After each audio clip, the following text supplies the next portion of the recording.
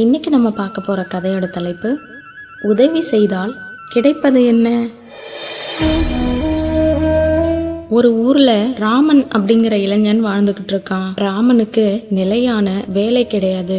ஏன் அப்படின்னா ராமனுக்கு பெருசா எந்த படிப்பறிவும் கிடையாது. ஆனா செய்யற வேலையில ராமன் ரொம்ப சுத்தமாவும் நேர்மையாவும் நியாயமாவும் நடந்துக்குவான். இருந்தாலும் படிப்புங்கிறது இன்னைக்கு காலகட்டத்துல ரொம்ப ரொம்ப அவசியம் அப்படின்னு சொல்லி நிறைய பேர் கொஞ்ச நாள் கழிச்சு ராமனை வேலையை விட்டு அனுப்பிடுவாங்க. இதுதான் அவனோட நிலைமையா இருக்கு. அதிகபட்சமா ராமன் ஒரு வேலையில தங்குறதே 10 நாளோ 15 நாளோ தான். இந்த மாதிரி இருக்கும்போது ராமனோட அம்மா அப்பா உடம்பு சரியில்லாம இருந்து இறந்து போயிடுறாங்க. அதுக்கப்புறம் ராமனுக்குன்னு யாருமே இல்ல. ராமனோட ஸ்கூல் நண்பன் ஒருத்தன் பார்த்துட்டு சொல்றான், இங்க பாரு ராமா, நீ இப்படியே இருந்தா ரொம்ப கஷ்டப்படுவடா. சாப்பாட்டுக்கு கூட இப்ப கஷ்டப்படுறல. வீட்டுல ஒரு ஆள் இருந்தாதான் உனக்கு சாப்பாட்டுக்காவது ஏதாவது பண்ண முடியும். நீயே வேலையும் பார்க்கணும், நீயே சமைக்கவும் செய்யணும்னா கஷ்டமா இருக்கும்ல. ஒரு கல்யாணம் பண்ணிக்க வேண்டியது தானே அப்படின்னு கேக்குறான். அதுக்கு ராமன் சிரிக்கிறான். இல்ல, எனக்கு யாரு பொண்ணு தருவா? எனக்கே எந்த வேலையும் இல்ல. இருந்த அம்மா அப்பாவும் போயிட்டாங்க. ஏதோ 10 நாள் 15 நாள் ஒரு வேலையில தங்குறதே அதிசயம் தானே. அப்படி இருக்கும்போது எப்படி போய் பொண்ணு கேக்குறது அப்படின்னு சொல்றான். ராமனோட நண்பன் சொல்றான், இங்க பாருடா, நம்ம ஊரை தாண்டுனா ஒரு மலை இருக்கு. அதை கடந்து போனா இன்னொரு ஊர் வரும். அந்த ஊர்ல ஒரு சாமியார் இருக்காராம். அந்த சாமியாரை போய் பார்த்தா ஏதாவது நல்லது நடக்கும் அப்படின்னு எல்லாரும் சொல்றாங்க. நிறைய பேர் போயிட்டு வராங்கடா, நீ ஒரு வாட்டி போய் பார்த்துட்டு வாயேன் அப்படின்னு சொல்றான். அதுக்கு ராமன் சரிடா முயற்சி பண்றேன் அப்படின்னு சொன்னதும், முயற்சி இல்லடா, நிச்சயமா நீ போற, நீ ஜெயிப்ப, உனக்கு கண்டிப்பா நல்லது நடக்கும், நீ போயிட்டு வா அப்படின்னு ஸ்கூல் நண்பன் சொல்லிட்டு அங்க இருந்து போயிடுறான். ராமன் தன்னோட வீட்டுல இருக்க பொருட்களை வச்சு உணவு சமைச்சு எடுத்துக்கிட்டு சாமியாரை பார்க்க கிளம்புறான். மலையை தாண்டினதும் ராமனுக்கு பசி வந்துருது. தான் கையில இருக்க உணவையும் தண்ணியும் சாப்பிட்டுட்டு கொஞ்ச நேரம் ஒரு மரத்து நிழல்ல ஓய்வு எடுத்துட்டு அங்கிருந்து பக்கத்து ஊருக்கு போறான். போற வழியில ராமனுக்கு வெயில் நேரம்ங்கிறதுனால ரொம்பவும் தாகமா இருக்கு.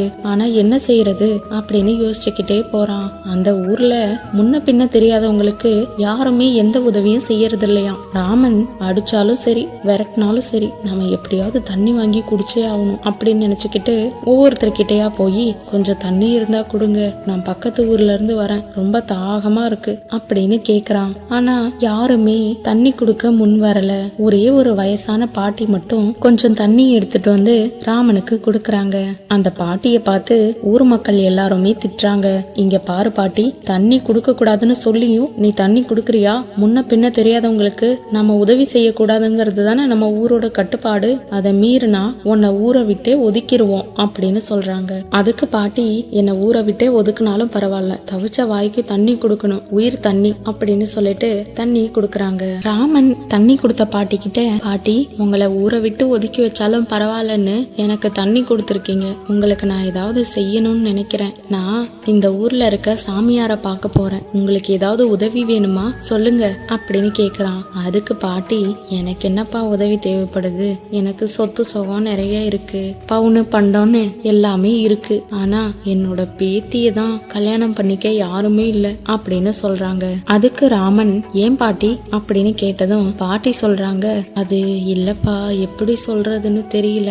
இருந்தாலும் நீ இவ்வளவு தூரம் கேக்குறதுனால சொல்றேன். என் பேத்திக்கு 27 வயசாகுது. என் பேத்தியால பார்க்க முடியாது, பேச முடியாது, காது கேட்காது, கை கால் வேலை செய்யாது அப்படின்னு சொல்றாங்க. இத கேட்டதும் ராமனுக்கு ரொம்ப வருத்தமா இருக்கு. சரி பாட்டி, நான் நிச்சயமா உங்களுக்கு ஏதாவது சாமியார் கிட்ட கேட்டு உதவி செய்யறேன் அப்படின்னு சொல்லிட்டு அங்க இருந்து போறான். சாமியாரை பார்க்க போன இடத்துல சாமியாரை பார்க்கறதுக்கு நிறைய கூட்டம் வந்திருக்கு. அதுல ஒருத்தவங்க சொல்றாங்க, எங்க பாருப்பா, சாமியார் கிட்ட நீ ஒரே ஒரு கேள்வி மட்டும்தான் கேட்கணும் அப்படின்னு சொல்றாங்க. ஏன் அப்படின்னு ராமன் கேக்குறான். அதுக்கு சாமியார் ஒவ்வொருத்தவங்களுக்கும் ஒவ்வொரு வரம் தான் தருவாரு.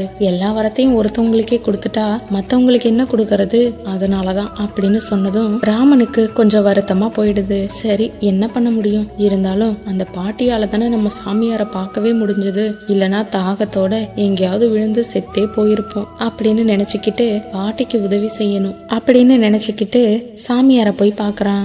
ராமன் பாட்டியோட நிலைமைய சொல்லி சாமியார் கிட்ட உதவி கேட்டதும் சாமியாரும் பலனை சொல்லி அங்கிருந்து ராமனை அனுப்பி வைக்கிறாரு.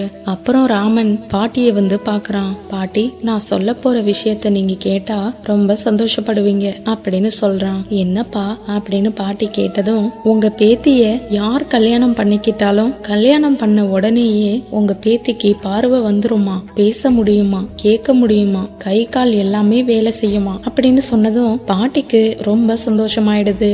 அப்புறம் பாட்டி, இன்னொரு விஷயம் சொல்லணும் அப்படின்னு ராமன் சொல்றான். என்னப்பா அப்படின்னு பாட்டி கேட்டதும், ஆனா இதை எல்லாத்தையும் தாங்கிக்கிற ஒருத்தவனாவும் பொதுநலம் கொண்டவனாவும் இருக்கணும்னு சாமியார் சொன்னாரு பாட்டி அப்படின்னு சொன்னதும் பாட்டி உடனே வருத்தப்படுறாங்க. இப்படி ஒருத்தனை போய் நான் எங்கப்பா தேடுவேன் இந்த வயசுக்கு மேல? நான் உன்னை கேட்டா தப்பா நினைக்க மாட்டியே, என் பேத்தி பேரு சீதா லட்சுமி, பாக்குறதுக்கு ரொம்ப அம்சமா இருப்பா, நீ வேணா அவளை கல்யாணம் பண்ணிக்கிறியாப்பா அப்படின்னு ரொம்ப தயக்கத்தோட கேக்குறாங்க.